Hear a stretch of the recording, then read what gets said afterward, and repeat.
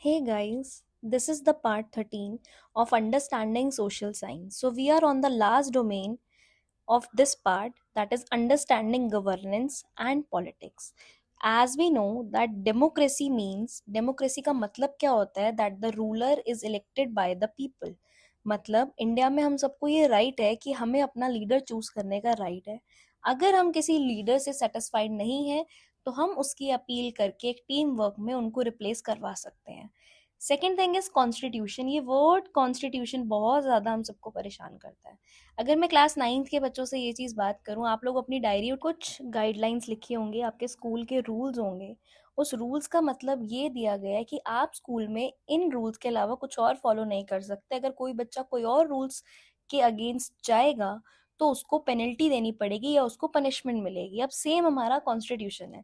Constitution का मतलब है ये वो सेट ऑफ बुक है, ये बुक ऑफ रूल्स है कि आप अपनी कंट्री को इस तरीके से वर्क करोगे कि अगर इन रूल्स का कोई भी पालन नहीं करेगा, फॉलो नहीं करेगा, तो उसको पेनल्टी दी जाएगी। जैसे आप किसी को भी फ्रस्ट्रेशन में किसी का मर्डर नहीं करके आ सकते।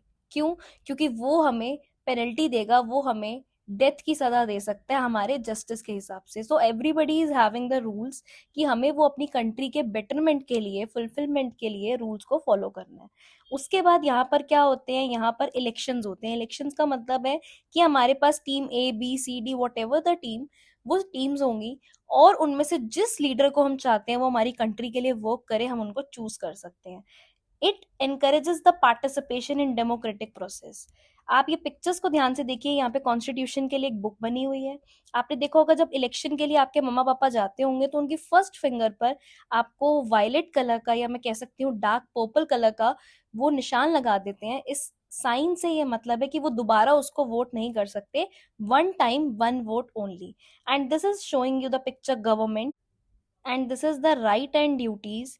इसका मतलब ये है कि आपके साथ कोई भी गलत नहीं कर सकता। अगर आपके साथ कोई गलत करता है तो हमारे जज का ये काम है कि आपको वो उस चीज से जस्टिस दिलाए।